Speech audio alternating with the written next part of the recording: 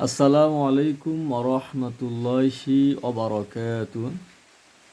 কোরআন শিখার সহজ পাঠে সকলকে স্বাগত।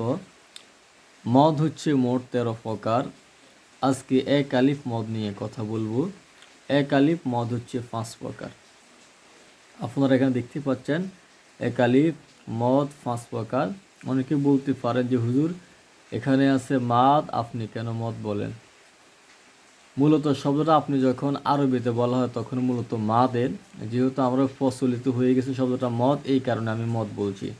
তবে সঠিক উচ্চারণটা হচ্ছে মাদে। তো মদ 5 প্রকার।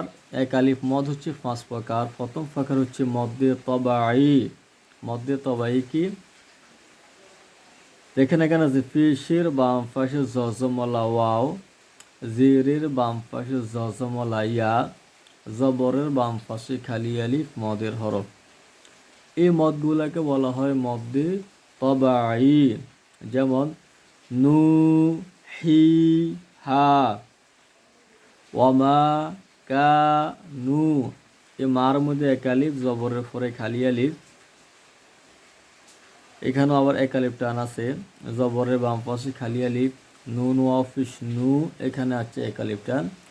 ফিশের বাম পাশে জজমলা ওয়াও মদের হরফ। নু, হি, হা, ওয়ামা কানু। তো এখানে জেরের বাম পাশে জজমলা ইয়া হচ্ছে মদের হরফ। এখানে এক আলিফ টান আছে, তবে এই মদটাকে বলা হয় মদ্দে তবাই। 2 নম্বর মদ হচ্ছে মদ্দে লিন। এখন আপনাকে লিনের কয়টি হরফ তা জানতে হবে। লিনের হরফ হচ্ছে 2টি। জবরের বাম পাশে জজমলা ওয়াও, জবরের বাম পাশে জজমলা ইয়া, মদ্দে লিন। তবে লিনের ক্ষেত্রে বলা হচ্ছে ওয়াকফ করলে লিনের টান হয়, আর ওয়াকফ না করলে টান হয় না। ওয়াকফ মানে কি? থামা। যেমন এখানে আছে খৌফু বাইতু। আপনি যখন ওয়াকফ করবেন না তখন আপনাকে খৌফু ফুটতে হবে, বাইতু ফুটতে হবে, তবে তাড়াতাড়ি ফুটতে হবে। আর আপনি যখন এখানে ওয়াকফ করবেন তখন আপনাকে ফুটতে হবে খৌফ বাইত। 3 নম্বর মদ হচ্ছে মদ্দে বদল। অর্থাৎ অনেক সময় আমরা একটা আলিফ দেখি, আরেকটা আছে হামজা। অর্থাৎ আলিফের ওপর যখন খারা জবর খারাজের উল্টা পেশ থাকবে, অথবা হামজা হরফের ওপর যখন খারা জবর খারাজের উল্টা পেশ থাকবে, অথবা হামজার উপরে ফিস আছে, তারপরে জজমলা ওয়া আছে, হামজার নিচে জির আছে, তারপরে ইয়া আছে, তখন ওই মদটাকে বলা হয় মদ্দে লিন। যেমন আমানা, উমিনা, ইমানান, ইমানান। এখানে এই মা জবরের বাম পাশে খালি আলিফ, এটা কিন্তু আবার মধ্যে বদল নয়। মধ্যে বদল হচ্ছে শুধু হচ্ছে মধ্যে বদল। কেন? আলিফের নিচে জির আছে, তারপরে জজমলা ই আছে, এটা হচ্ছে মধ্যে লিন। আর এই যে মা দেখতে পাচ্ছেন এটা কিন্তু মধ্যে তবাই। আমানা, উমিনা, ইমানান। আর 4 নম্বর মদ হচ্ছে মদ্দে এওয়াজ। মদ্দে এওয়াজটা কি? উদাহরণটা দেখেন।